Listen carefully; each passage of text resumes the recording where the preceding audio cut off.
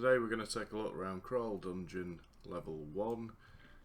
Now this dungeon was introduced with the UO Outlands expansion. It was billed as being sort of comparable in difficulty to Shadow Spire Cathedral. I'll be honest with you, at level 1 I don't really think is the case for that. I use it to level up a lot of my characters fairly quickly because the gold drop amount on level 1 is really good. Goes between 300 gold up to about 800-900 gold in some places. Most of the creatures on this level are fairly simple to kill. There's a couple that you need to watch out for, and we'll talk through that as we go around. So, Malady, again, really simple to kill, but one of the things that it does do is it can take your weapon and knock it back to your backpack. So it basically disarms you. You need to be on the lookout for that, and then when that's the case, obviously re-equip your weapon. Now, clearly my special went off there, so I couldn't show you that in detail, but let's see if it'll do it now.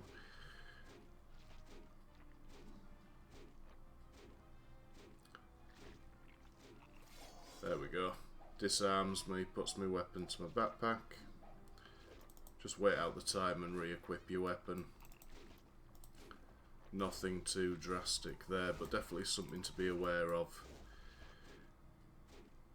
Now, Terathan Exile drones, they will do a kind of shootout attack. I'll try and show you that now. There we go. If you're close enough in front of it, that'll hit you.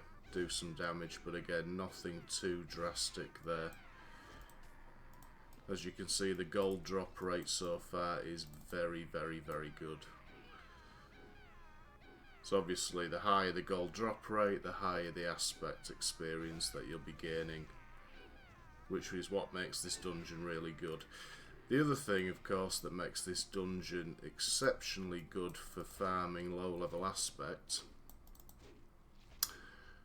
is all the amount of gates that are on the dungeon level. So 1, 2, 3, 4, 5, 6, 7, 8, 9 gates just on level 1 alone, which for a dungeon is very, very rare. So if you follow a sort of a simple routing system around the dungeon,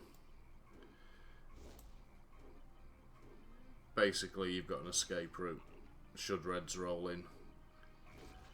Reds do attack on level 1 of this dungeon, so obviously there's penalties for reds to attack on lower levels of dungeons, but they will attack you on this one, because generally this gives quite good loot drops as well. So even on level 1 I've managed to farm a ton of cores, all sorts of bits and pieces. It's really, there's nothing bad about this level at all.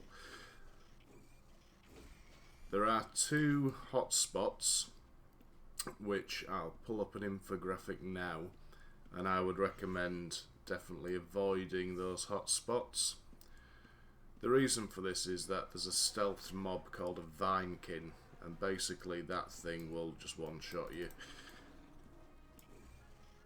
Now if you've got strength pot on like I've got, so your health's above 100, generally I'll survive the first hit and then be able to kill it.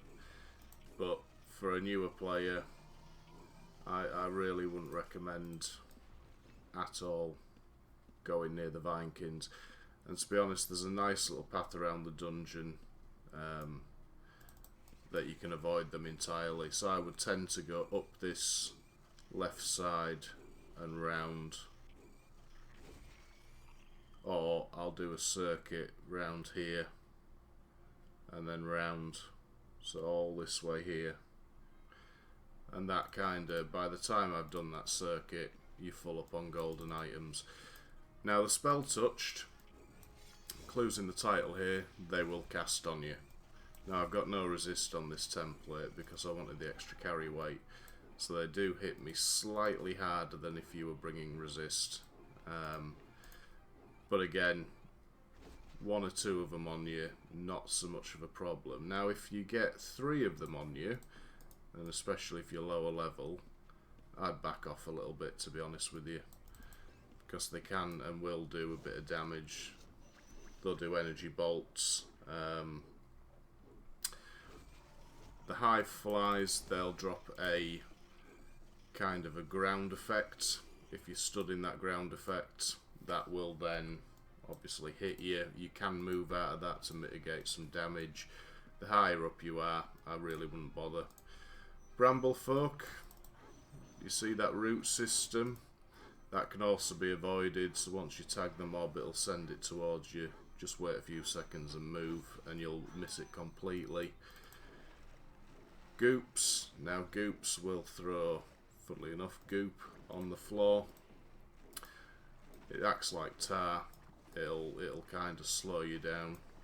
Your feet sink in goop. There we go. Again, they're not really difficult to kill.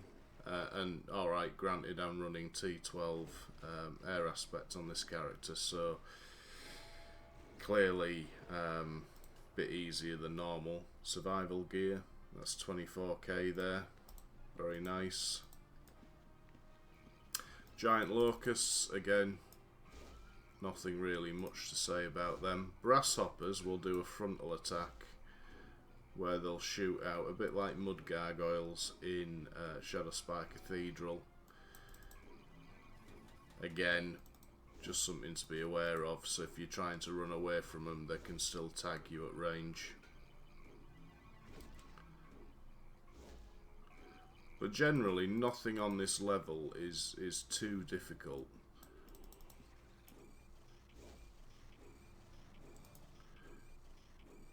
Just over there is the entrance to level 2, but we'll cover that in a separate video.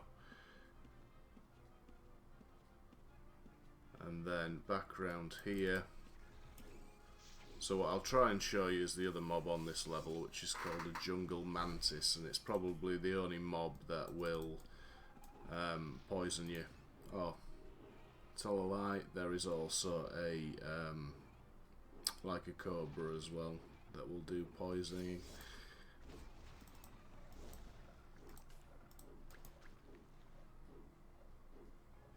Now, running into this room as a low-level player and getting everything on you, I wouldn't recommend, but if you just use the sort of tag approach method, whereas you stand back, double-click their bar, and just line of sight them, they'll come to you.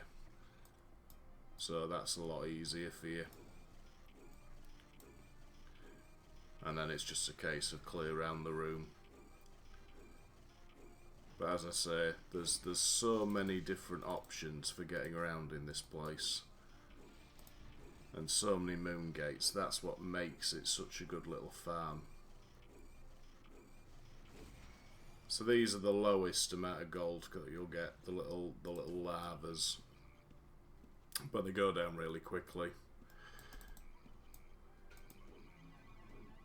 Grasshopper again will do that frontal attack in a second, where you'll see my health bar just dip down slightly. There we go. If you can hear that little ping ping ping. And then we've got the jungle mantis. So this is, like I say, one of the creatures that will poison you.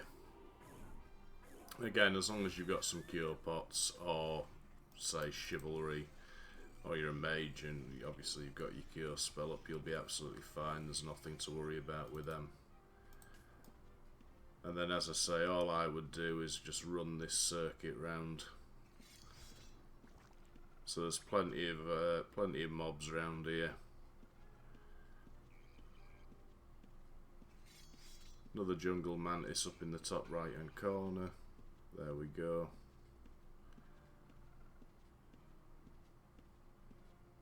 And then if you come round this way, blight spots, they'll cast a disease on you.